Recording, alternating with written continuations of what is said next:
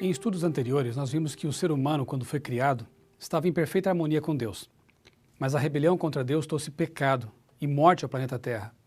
O plano de Deus, entretanto, sempre foi estar junto de seus filhos e desfrutar de profundo relacionamento com eles.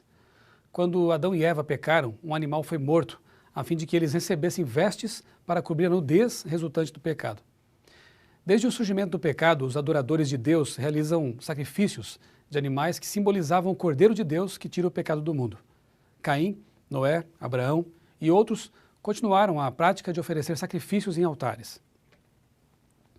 Porém, depois que os israelitas foram libertados do Egito, Deus lhes concedeu ou lhes deu instruções mais específicas sobre sacrifícios. Eles não mais seriam realizados em altares, mas em um local determinado. Disse Deus: "E me farão um santuário para que eu possa habitar no meio deles." No livro de Levítico, as cerimônias realizadas no santuário são descritas em detalhes. O santuário era dividido em 3 partes: pátio, lugar santo e lugar santíssimo.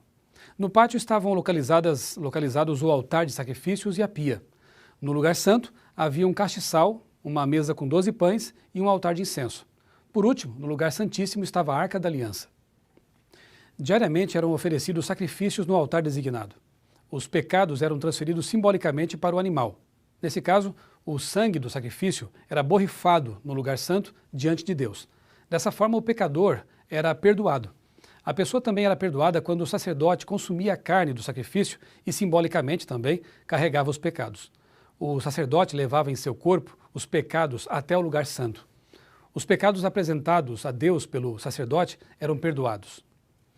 Uma vez ao ano, no dia da expiação, em hebraico chamado Yom Kippur, o sumo sacerdote entrava no lugar santíssimo com o sangue de animais sacrificados. Nessa ocasião, o sumo sacerdote, o povo e o santuário eram purificados dos pecados. Esse era considerado um dia de juízo, pois Deus fazia separação entre os leais e os rebeldes. O santuário construído na terra era apenas uma representação do santuário que existe no céu. Ainda no Antigo Testamento, muitos textos falam sobre o santuário celestial. A partir desse lugar, Deus interage com seu povo na terra, ouvindo suas orações e livrando-o da aflição. Mais do que isso, de sua habitação celestial, Deus concede perdão ao seu povo. O Novo Testamento, principalmente a carta aos Hebreus, também fala sobre a existência do santuário celestial. Ali é dito que os sacerdotes do templo israelita servem num santuário que é cópia e sombra daquele santuário que está nos céus. Jesus entrou ali após a sua ascensão. Está escrito: Cristo não entrou em santuário feito por homens, uma simples representação do verdadeiro santuário. Ele entrou nos céus, para agora se apresentar diante de Deus em nosso favor. Em visão, o apóstolo João contemplou o santuário de Deus que se acha no céu.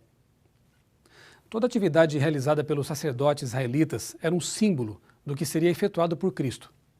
A morte de Jesus na cruz foi o perfeito e completo sacrifício por nossos pecados. Por meio dela, somos aceitos por Deus e reconciliados com Ele. Mas depois de sua morte e ressurreição, Ele subiu ao céu para continuar sua obra de salvação. Depois de oferecer o sacrifício pelos pecados, o sacerdote entrava no santuário. O mesmo ocorreu com Jesus. Paulo resume sua argumentação com as seguintes palavras: "O mais importante do que estamos tratando é que temos um sumo sacerdote como esse, o qual se assentou à direita do trono da majestade nos céus e serve no santuário, no verdadeiro tabernáculo que o Senhor erigiu, e não o homem." Assim como o sacrifício era o centro do santuário israelita, o perfeito sacrifício de Jesus é o centro de seu ministério no santuário celestial. É sua morte na cruz que torna possível que ele atue em nós e por nós. Nesse santuário, Jesus atua como mediador entre Deus e os homens, ou como advogado junto ao Pai. Cristo pode salvar totalmente os que por ele se chegam a Deus, vivendo sempre para interceder por eles. Através do ministério de Cristo no santuário celestial, recebemos todas as bênçãos espirituais, participamos do triunfo de Jesus, revelamos ao universo a multiforme sabedoria de Deus e somos vitoriosos na batalha contra o mal. A falar sobre Jesus no santuário celestial, Paulo fez e faz ainda hoje este convite. Portanto, visto que temos um grande sumo sacerdote que adentrou nos céus, Jesus, Filho de Deus, apeguemo-nos com toda a firmeza à fé que professamos, pois não temos um sumo sacerdote que não possa compadecer-se das nossas fraquezas, mas sim alguém que, como nós, passou por todo tipo de tentação, porém sem pecado.